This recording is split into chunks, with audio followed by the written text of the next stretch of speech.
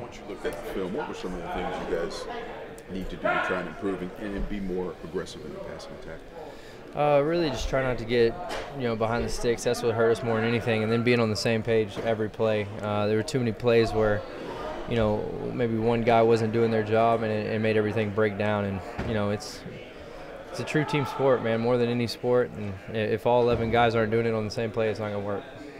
Do you feel like at least you and Derek were on the same page as far as just you two goes? For the most part, we had one miscommunication out there. He threw me one, and he thought I was going to be somewhere else where I wasn't. So we're going to get that cleaned up and just keep working and keep getting better.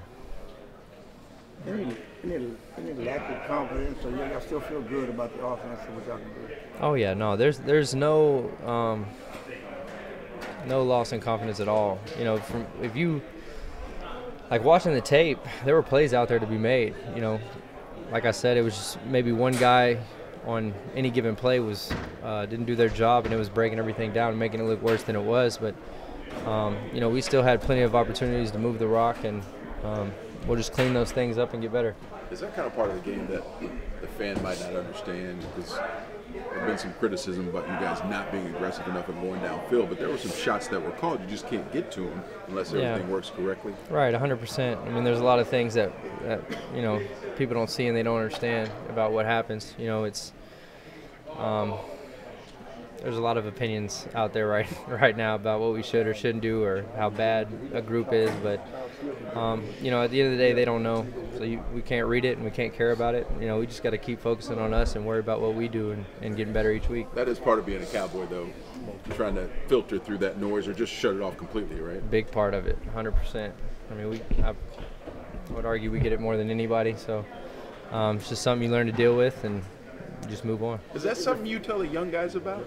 What? Is that something you tell the young guys about how you have to handle some of the social media and all that other stuff that goes along with being a Cowboy? Really, it's almost the best way to handle it is to not handle it at all, and it's hard to not read these things. I mean, they're everywhere, but I mean, you have to learn to kind of put it away, when to put it away, and even when you play good games, I mean, you're going to hear all the good stuff, and they're going to fill your head with something completely opposite of what they told you last week. So that's one of the biggest reasons why you can't listen to any of it, because it's all full of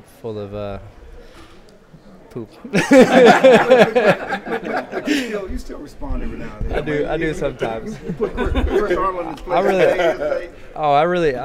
It's really just sticking up for my boys and my teammates more than anything, and other than that, I try to stay away from it more than I had in the past. So you've learned your lesson. Yeah, for sure. It's gonna blow up on us more than it is anybody else.